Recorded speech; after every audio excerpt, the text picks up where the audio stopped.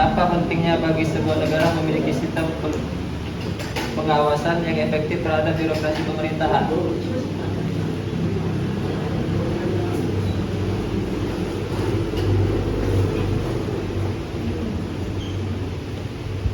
Jawabannya mencegah korupsi dan penyalahgunaan kekuasaan. Pertama, mencegah korupsi dan penyalahgunaan kekuasaan. Pengawasan yang kuat membantu mendeteksi mencegah pabrik korupsi, kolusi dan nepotisme. Yang kedua, meningkatkan akuntabilitas dan transparansi. Dan yang ketiga, meningkatkan efisiensi dan efektivitas layanan publik. Yang keempat, mencegah penyalahgunaan anggaran. Dan yang kelima, membangun kepercayaan publik. Dan yang terakhir, mendorong reformasi dan inovasi dan birokrasi. Lembaga kelompok 4 sudah. Terima kasih atas jawabnya, sudah sangat cukup dan jelas. Bagaimana yang bertanya? Sudah? Sudah cukup itu, Bunda. Nah, oke, tepuk tangan dulu untuk yang berpartisipasi dalam teknologi. Satu lagi. Bagaimana? Jawab. Baiklah, kami dari kelompok 2 ingin menjawab pertanyaan dari kelompok 3. Mengapa semakin canggihnya teknologi semakin banyak disalahgunakan dari oknum-oknum yang menyalahgunakan teknologi? Bukannya teknologi tersebut dimanfaatkan, berikan alasannya.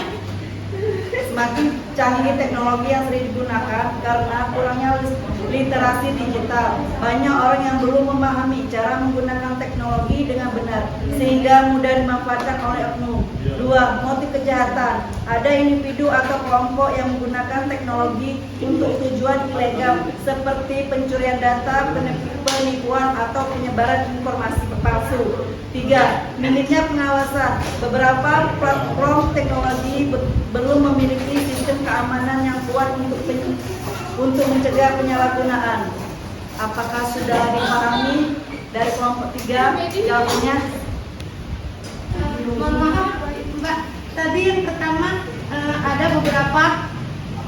beberapa oknum yang tidak paham akan teknologi, makanya disalahgunakan.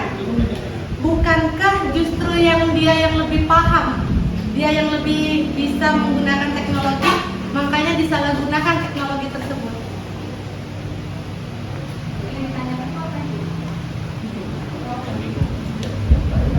Ya kan? Kan tadi pertanyaannya kenapa ya semakin canggihnya teknologi semakin banyak disalahgunakan. Iya, jawaban Mbak tadi yang pertama itu ada beberapa oknum yang tidak paham akan teknologi, makanya disalahgunakan tadi kan. Nah, bukankah kalau semakin dia paham, semakin dia canggih teknologi, dia semakin bisa menyalahgunakan teknologi itu? Justru orang yang paham tentang teknologi, tapi dia lebih banyak tidak menggunakannya. Iya kan? Begini, maksudnya orang yang orang yang paham teknologi itu dia kan lebih memahami cyber atau apa itu kan, jadi dia bisa ngambil akses data orang, sedangkan yang tidak tahu kan mereka tidak memahami. Tapi pertanyaan dari saudari Anggun tadi, kenapa justru orang yang paham teknologi Yang karena dia berbuat kejahat kan gitu kan, menyalahgunakan intinya. berarti nanti kalian jawabnya alasannya kenapa? Ya. Kalau ini Kalau jadi ini Bu, kalau alasannya itu tergantung pribadi orangnya masing-masing mau berbuat jahat atau enggak kan gitu Bu. Orang yang paham teknologi. orang yang paham teknologi sama saja misalnya seperti ini pertanyaan. Justru orang yang tahu tentang agama dia pasti banyak menghalalkannya kan? Menghalalkan segala cara. Pertanyaan dari Anggun itu sama saja dengan orang yang paham tentang teknologi tapi dia banyak yang Menyalahgunakan. menyalahgunakannya. Nah kalian disuruh menjawab kenapa? Justru itu kenapa? Ya karena kalau dia udah memahami jalurnya udah tahu, jadi dia space-nya tuh udah tahu, jadi dia mudah untuk mengelola itu. Sedangkan orang yang tidak paham istilah itu tidak bisa mengakses untuk tindak apapun itu, Bu. Sudah dapat belum jawabannya itu? Anggun. Sudah tahu belum jawaban dari awal tadi? Sudah dijawab dari awal ini, di awal tadi. Karena orang yang justru orang yang itu, justru orang yang banyak melanggar tentang teknologi itu, dia sudah tahu soal teknologi itu, makanya dia lebih mudah untuk melakukan yang namanya pelanggaran-pelanggaran itu. Nah, jawabannya itu tadi. Boleh dibantu tambahin untuk jawabannya lagi? Melakukan, menghalalkan atau melakukan pelanggaran. Masih saya itu nggak, Bu? Kenapa Bunda? Masih seperti itu nggak jawabannya yang diinginkan? Seperti itu kan yang dia inginkan atau boleh mau ditambah? Mau tambahin sendiri. Ini dari kelompok? Belum kan? Iya, sedikit mengganjal, Bunda. Sedikit mengganjal karena kan tadi pertanyaannya kan kenapa? Nah, dijawab oleh tim ya. Sebenarnya itu apa ya Bunda ya? Kembali kan, tapi kan ini bukan untuk personal, untuk umum. Untuk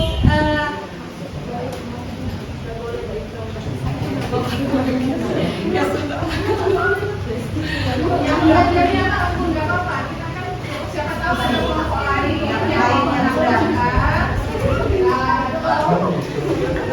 Baik Bunda, sudah cukup jelas. Sudah cukup. Siapa yang mau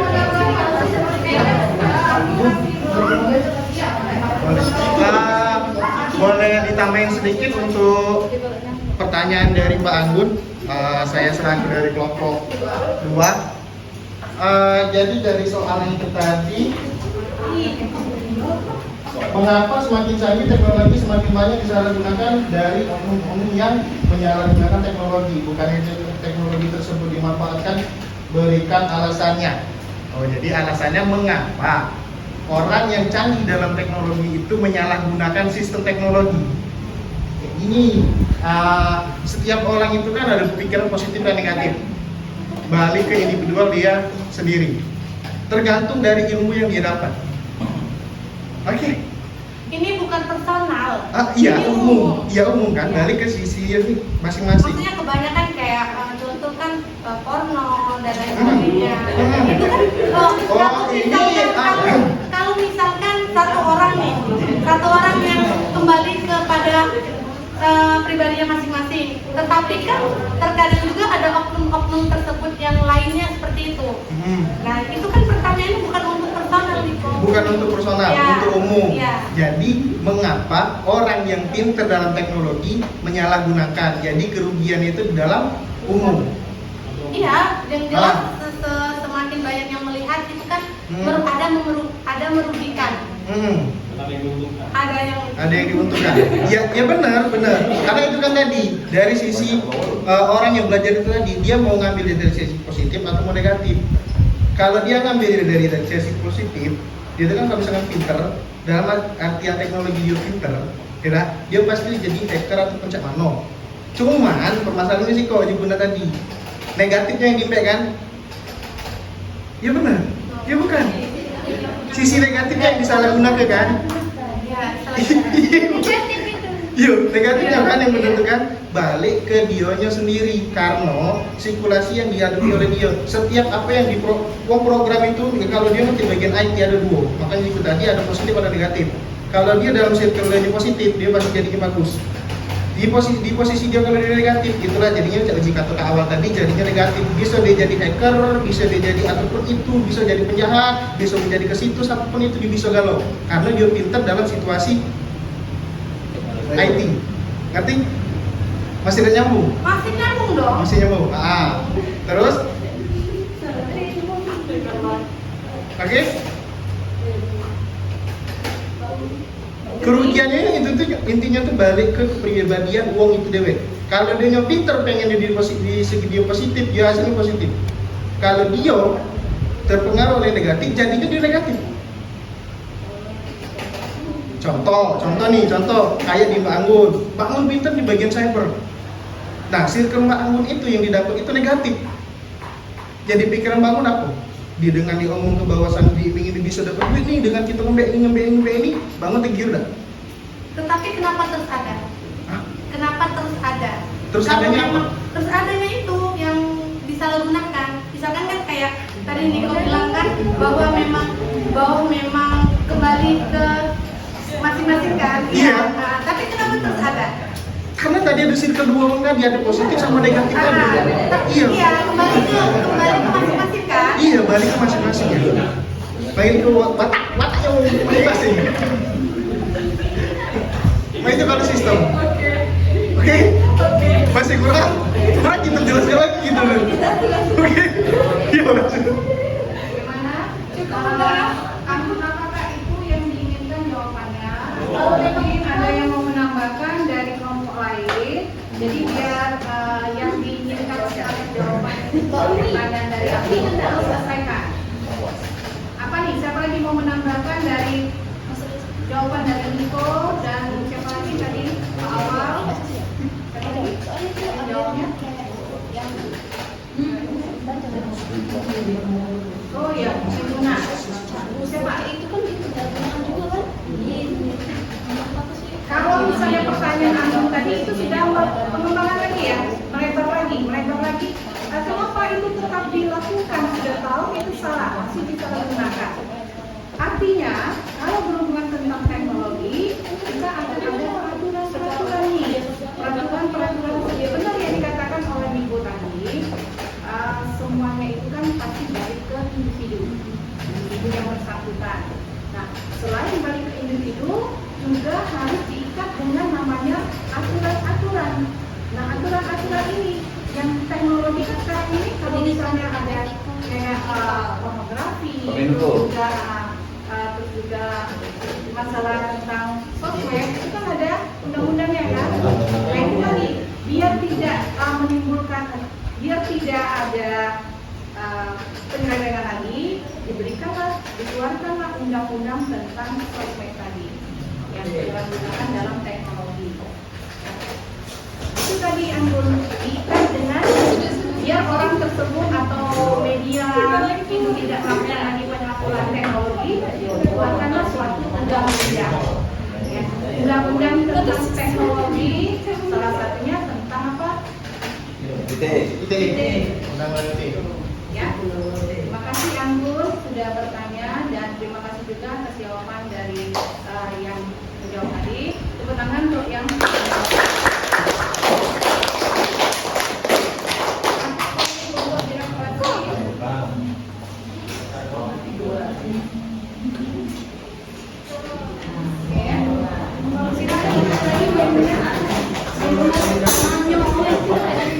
tema lagi ya. Tema yang keluar adalah Kepemimpinan. Yo, apa Desti Yang tanya nih yang bertanya. kepada Desti, saya persilakan. Assalamualaikum warahmatullahi wabarakatuh.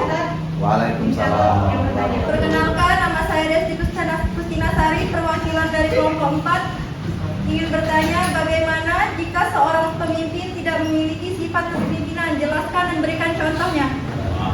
Baik, pada Yusnadiati. Perkenalkan, nama saya Yusnadiati dari kelompok 2. Apakah kecerdasan buatan dapat menggantikan peran pemimpin?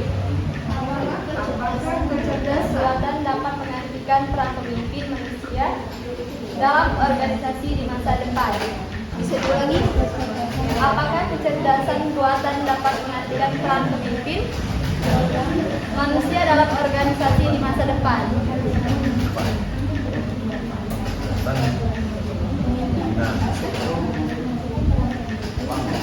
Manusia dalam organisasi di masa depan. Dan jelaskan mengapa.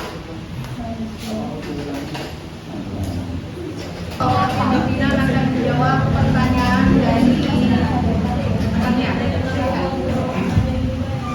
Baiklah, kami dari kelompok 1 ingin menjawab pertanyaan dari kelompok 2. Kelompok 4. Yang soalnya bagaimana jika seorang pemimpin tidak memiliki sifat kepemimpinan? Jelaskan dan berikan contohnya. Jika seorang pemimpin tidak memiliki sifat kepemimpinan, dampaknya itu adalah sangat merugikan organisasi atau kelompok yang dipimpinnya. Tanpa sifat kepemimpinan yang baik, seorang pemimpin mungkin mengalami kesulitan dalam mengarahkan tim, memotivasi anggota, atau mengambil keputusan yang tepat. Berikut adalah penjelasan dan contohnya. Yang pertama, ketidakmampuan menginspirasi atau memotivasi. Seorang pemimpin tanpa sifat kepemimpinan cenderung tidak mampu memotivasi anggota timnya. Mereka mungkin hanya memberikan perintah tanpa mempertimbangkan kebutuhan atau aspirasi bawahannya. Akibatnya, semangat kerja menurun. Contoh, seorang manajer proyek yang hanya fokus pada hasil akhir tanpa memberikan apresiasi atas usaha timnya akan membuat anggota merasa tidak dihargai. Ini bisa menyebabkan kinerja menurun. Yang kedua, keputusan yang tidak tepat atau lambat. Pemimpin yang kurang kepemimpinan sering ragu dalam mengambil keputusan atau membuat keputusan tanpa data yang memadai. Ini bisa memperlambat proses kerja atau menghasilkan keputusan yang merugikan. Contohnya, seorang kepala divisi yang menunda-nunda keputusan saat menghadapi krisis seperti gangguan produksi dapat menyebabkan kerugian besar bagi perusahaannya. Yang ketiga, komunikasi yang tidak efektif. Pemimpin tanpa sifat kepemimpinan sering kesulitan menyampaikan visi dan misi atau arahan secara jelas. Ini dapat menyebabkan kebingungan di antara anggota tim. Contohnya, dalam sebuah organisasi, seorang direktur yang tidak mampu menjelaskan strategi perusahaannya secara konkret akan membuat karyawan merasa kehilangan arah. Yang keempat adalah tidak memiliki rasa empati. Pemimpin yang tidak memiliki empati tidak memahami kebutuhan anggota timnya, sehingga menciptakan lingkungan kerja yang tidak nyaman. Contohnya yaitu sebuah supervisor yang tidak peduli dengan kesejahteraan karyawan seperti mengabaikan keluhan terkait beban kerja akan menyebabkan tingkat turnover yang tinggi. Yang terakhir adalah kegagalan memberi contoh yang baik. Pemimpin yang tidak menjadi teladan akan kehilangan rasa hormat dari bawahannya. Mereka mungkin tidak disiplin, tidak adil, atau tidak konsisten. Contohnya, seorang kepala sekolah yang sering datang terlambat tetapi menuntut kedisiplinan dari guru dan siswa akan kehilangan wibawa pemimpin. Apakah jawaban dari kelompok kami Sudah jelas? bisa diterima dan jelas? Baik, terima kasih untuk Prasetyo telah menjawab pertanyaan dari saya cukup jelas. Oke. Silakan untuk kelompok.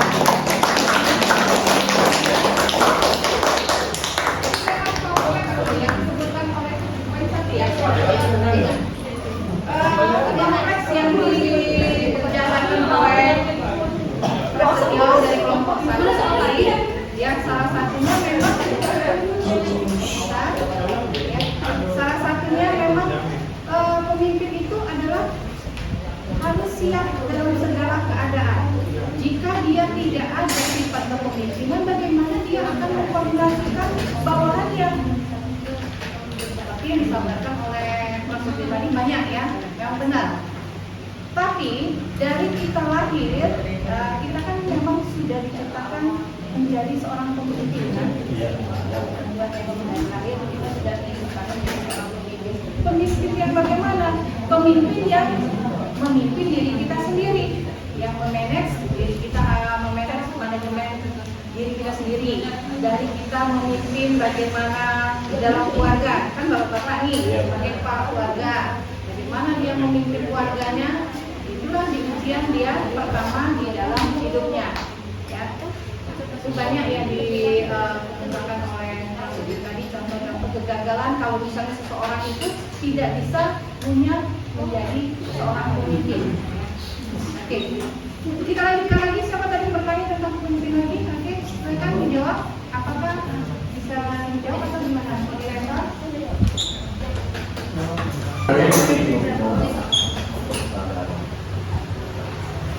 Apakah kecerdasan buatan dapat menggantikan peran pemimpin manusia dalam organisasi di masa depan.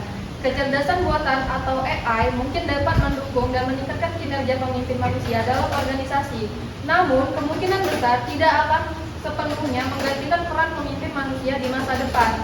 Ini karena kepemimpinan melibatkan sebagai elemen yang dapat terkait dengan kemampuan emosional, memahami sosial, dan pengambilan keputusan yang kompleks yang sulit ditiru oleh AI. Beberapa alasan mengapa AI tidak dapat sepenuhnya dapat menggantikan kepemimpinan manusia meliputi kecerdasan emosional. Pemimpin manusia dapat memahami respon perasaan, kebutuhan, dan dinamik sosial dalam tim mereka. Mengambil keputusan yang kompleks, meskipun AI dapat menganalisis dan membuat keputusan berdasarkan algoritma, sebanyak situasi dalam kepemimpinan melibatkan nilai-nilai manusia, mempertimbangkan etika, dan keputusan yang memerlukan intuisi. Itu aja. Baiklah, apakah kelompok 2 sudah paham dengan jawaban dari Okta? Atau ada yang ingin bisa Anda menambahkan? Atau lebih jelaskan secara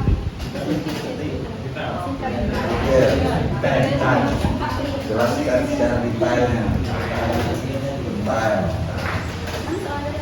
Atau dari kelompok lain yang mau menambahkan jawaban dari kelompok. Baiklah, saya Sri Jayanti akan menambahkan jawaban dari Okta, yaitu soal itu, apakah kecerdasan buatan dapat menggantikan peran pemimpin manusia dalam organisasi di masa depan? Jelaskan mengapa.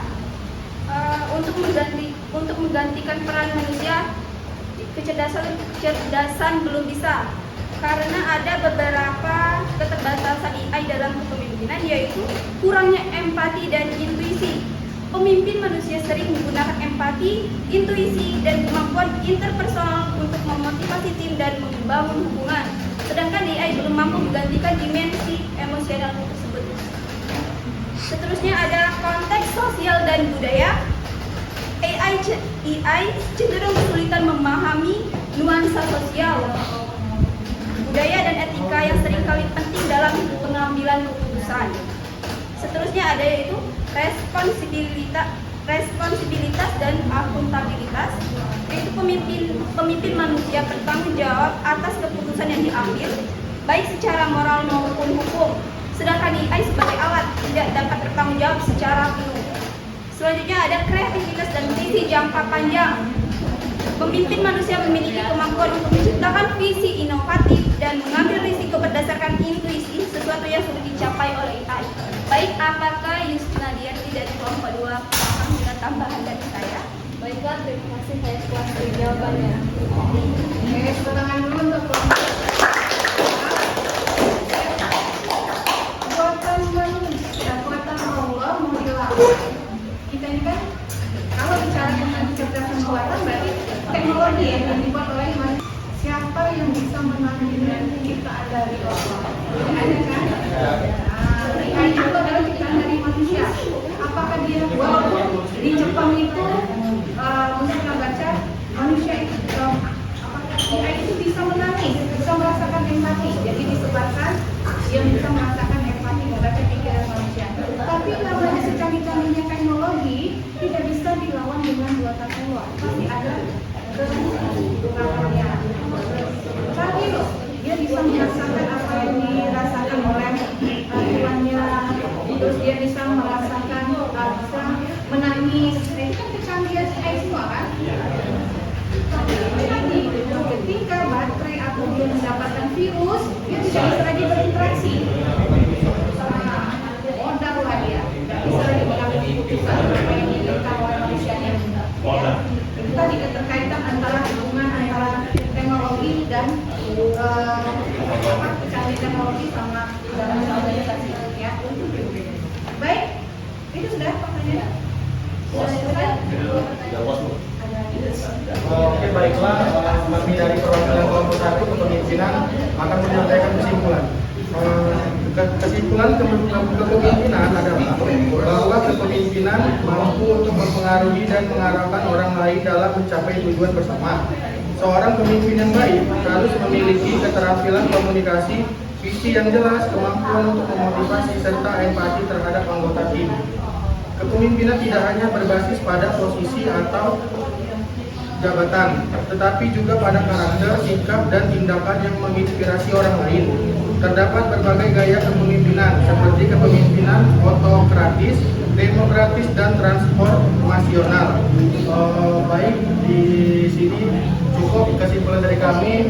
Kami juga terima kasih kepada teman-teman yang sudah apresiasi menanyakan pertanyaan kepada kami.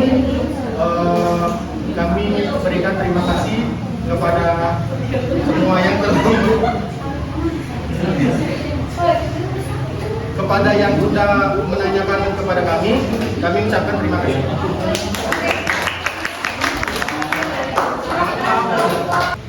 Baiklah, kami dari kelompok 2 akan menyimpulkan tentang teknologi organisasi.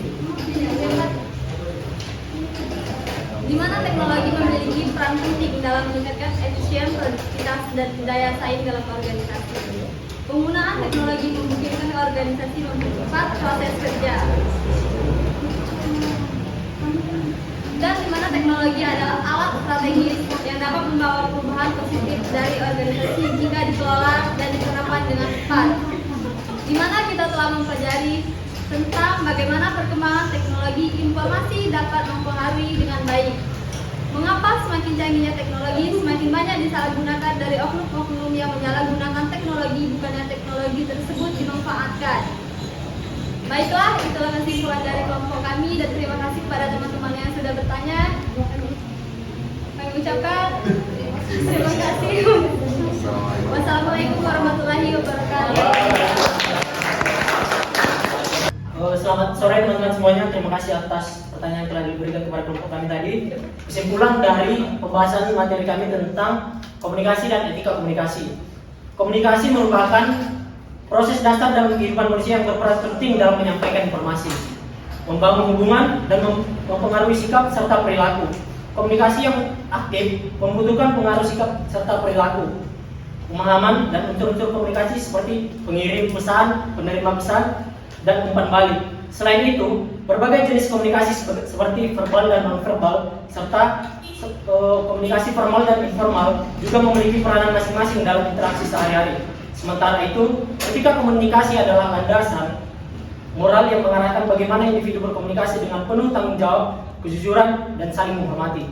Prinsip-prinsip seperti kejujuran, keterbukaan, tanggung jawab, serta saling menghormati harus diterapkan dalam berbagai konteks, baik di dunia bisnis, media, sosial, jurnalistik, hingga kehidupan berkeluarga. Pelanggaran etika komunikasi seperti penyebaran modus, hoaks, penyalahgunaan privasi, dan penyalahgunaan bahasa yang menyinggung dapat menyebabkan dampak positif yang luas, baik secara individu maupun sosial. Sekian kesimpulan dari materi kami. Terima kasih. Assalamualaikum warahmatullahi wabarakatuh. Saya mewakili dari di sini saya mewakili dari kelompok 3 birokrasi ingin menyimpulkan dari hasil diskusi kami, yaitu sistem pengawasan yang efektif terhadap birokrasi pemerintah sangat penting untuk mencegah korupsi, meningkatkan akuntabilitas, efisien, dan transparansi, serta memperbaiki komunitas pelayanan publik. Pengawasan yang baik juga dapat memperkuat kepercayaan masyarakat terhadap pemerintah dan mendorong perbaikan sistem secara berkelanjutan. Dengan demikian, pengawasan yang efektif berperan vital dalam memastikan pemerintah yang bersih, adil, dan responsif terhadap kebutuhan rakyat. Terima kasih.